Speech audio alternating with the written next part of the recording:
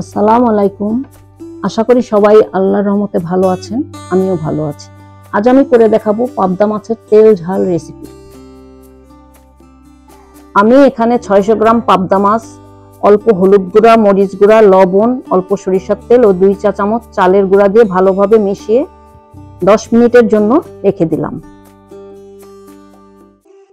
এখন আমি মাছগুলো ভেজে নেব।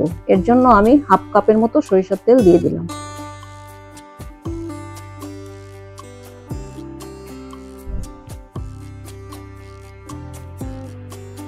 চালের গুঁড়া এবং সরিষার তেল দিয়ে মেখে রেখেছিলাম এই জন্য যাতে মাছগুলো ভেঙে না যায়। আপনি চাইলে চালের গুঁড়ার পরিবর্তে ময়দাও দিতে পারেন। মাছটা আমি উল্টে পাল্টে ভেজে নেব।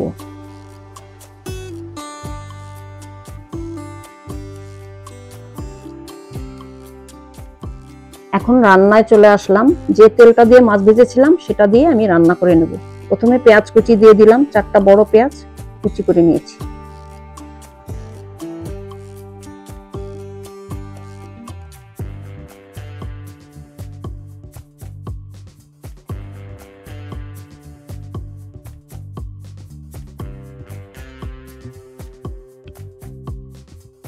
এক চা চামচ আদা বাটা, 1 চা চামচ রসুন বাটা দিয়ে দিলাম।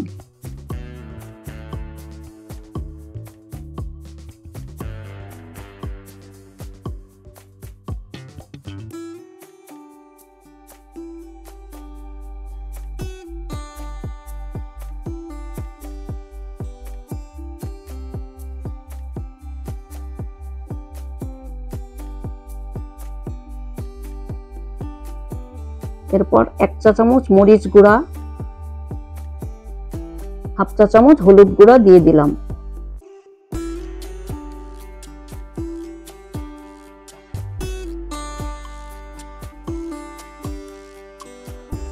হাফ চা চামচ ধনে গুঁড়া দিয়ে দিলাম।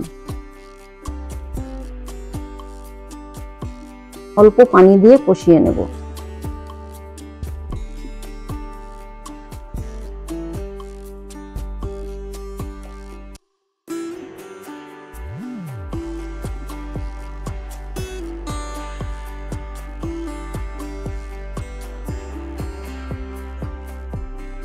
এক বাটি ছোট বাটির টমেটো পিউরি দিয়ে দিলাম।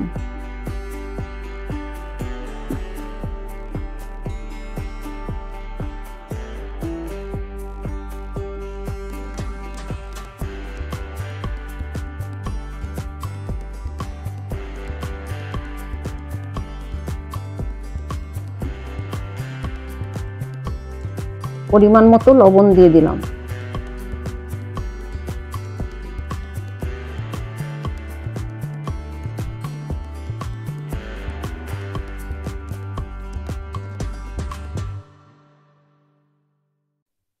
দুই টেবিল চামচ টক দই ফেটিয়ে রেখেছিলাম, ওটা দিয়ে দিলাম।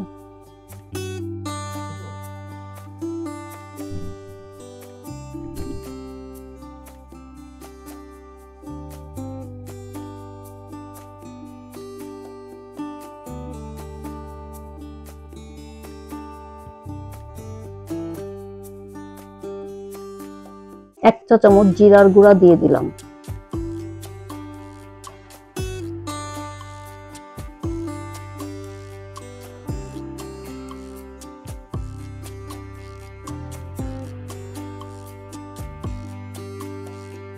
মশলাটা কষানো হয়ে গেছে, এখন পরিমাণ মতো পানি দিয়ে দিলাম।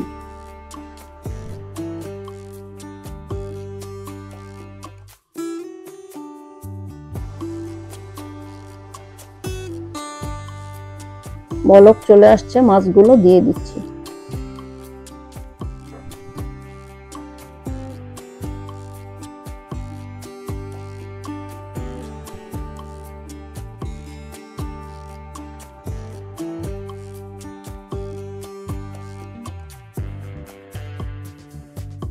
এখন ঢেকে দিলাম 15 মিনিটের জন্য।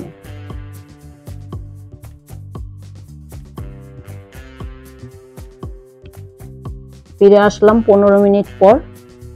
এখন 4-5টা কাঁচামরিচ দেব, কিছুটা ধনে পাতাও ছড়িয়ে দেব।